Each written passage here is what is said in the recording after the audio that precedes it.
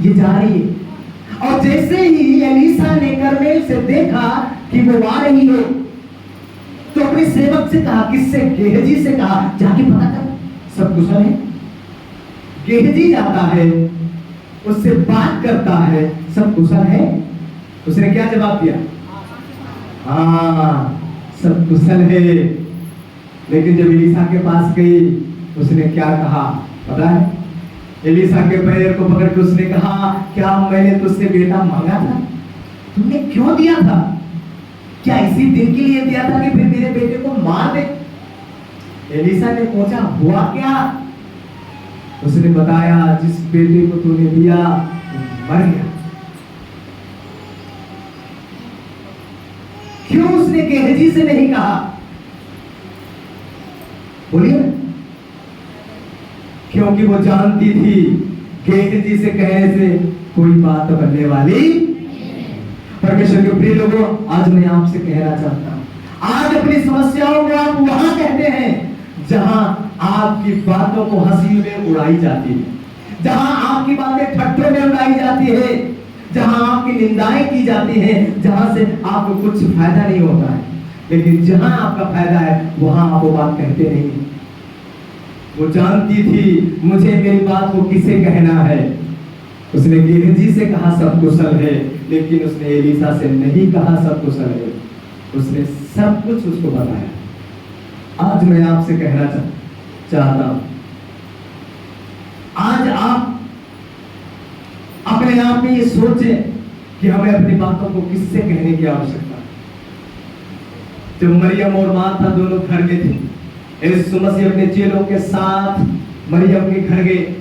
मरियम यीशु मसीह के साथ बैठ कर के वचन को सुन रही थी, मार्था खाना बना रही थी।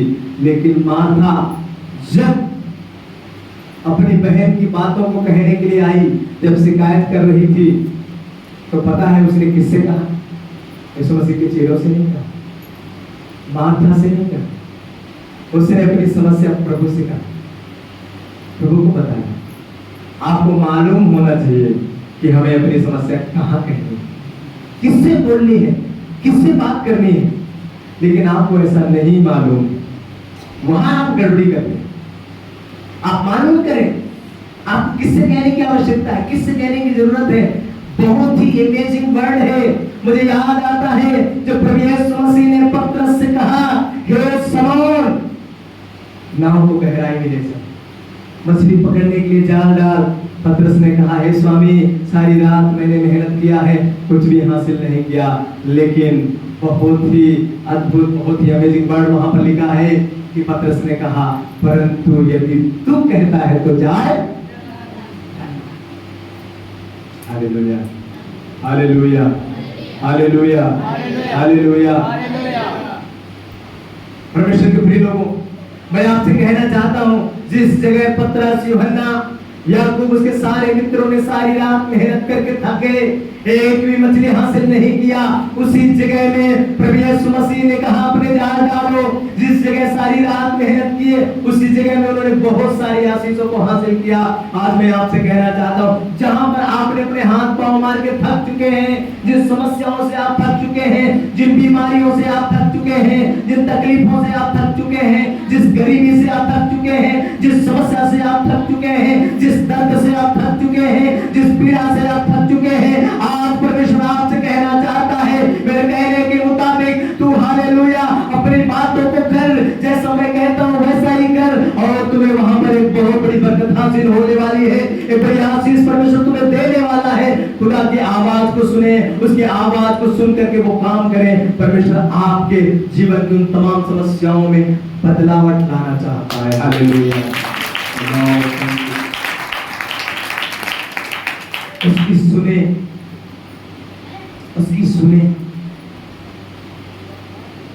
पता है क्यों पतरस सारी रात मेहनत करके थक गया और एक भी मछली उसे नहीं मिली? क्योंकि खुदा उसके साथ नहीं था, यीशु उसके साथ नहीं था। क्यों यहोशू लड़ाई हार गया? क्योंकि परमेश्वर उसके साथ नहीं था। क्यों इस्राएली लोग परिस्थितियों से लड़ाई हार जाते थे जब मूसा अपने हाथों को नीचे करता था? क्योंकि आपकी दुआएं जब आप हाथों को उठा करके और परमेश्वर को धन्यवाद देते हैं तो ये एक बड़ी विजय होती है। और मूसा सिने ये देख रहा था कि जब मैं अपने हाथों को उठा करके और दुआ करता हूं, परमेश्वर की आराधना करता हूं, तब इजरायली लोग फलिस्तीनियों पर, अमालेकियों पर विजय प्राप्त करते हैं। और जैसे ही वो अपने हाथ नीचे करता है तो वो हारने लगते हैं।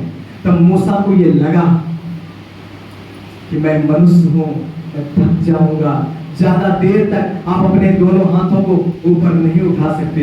मुश्किल से आप 10 मिनट, 5 मिनट, कोई ज्यादा उठाएगा 1 घंटे, आधे घंटे, 1 घंटा तो बड़ा मुश्किल है, उठा सकते हैं क्या? लेकिन युद्ध कितने समय का था?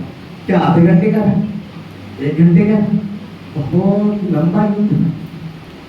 तब क्या किया मूसा ने? 2 लोगों को चुना, हूर और हारून। हूर और हारून को चुना और उसने कहा एक काम करो, मैं इस पत्थर पे बैठता हूं और तुम मेरे अगल बगल खड़े हो जाओ और एक बाजू को तुम पकड़ो और दूसरी बाजू को तुम पकड़ो, उठाए रखो। और ये दोनों हूर और हारून मूसा की दोनों बाजुओं को एक एक बाजू को एक एक जन ने पकड़ के, और जब तक लड़ाई इजरायलियों ने नहीं जीत ली तब तक उठाए रहे, और जब तक उसका हाथ ऊपर था तब तक वो लड़ाई जीतते गए। Hallelujah, hallelujah. मैं आपसे कहना चाहता हूं, यदि आप चाहते हैं कि आप लड़ाई जीते, आपकी बीमारी बड़ी नहीं है भैया, नहीं बीमारी बड़ी। मेरी पत्नी एक समस्या से गुजर रही थी काफी दिनों से, पिछले दिनों में फिर से वो समस्या आई। मैंने कहा एक भी टेबलेट मत खाना, मैंने कह दिया एक भी टेबलेट मत खाना, खुदा पे भरोसा रखो, दर्द है सहन सहो, मुंह से मत बोलो। तो बोलने लगे हाँ दर्द होता है तो मुंह से तो बोलो, आवाज तो निकल जाए, बैठिए यहाँ पर पूछिए। मैंने कहा मत बोलो ना, भले दर्द हो रहा है मत बोलो, बोलना है खुदा से, उससे कहो खुदा मैं तेरी बेटी हूं, अब ये दर्द मुझसे नहीं सहा जाता। कौन ऐसा पिता है जो अपनी बेटी को दर्द में देख सके?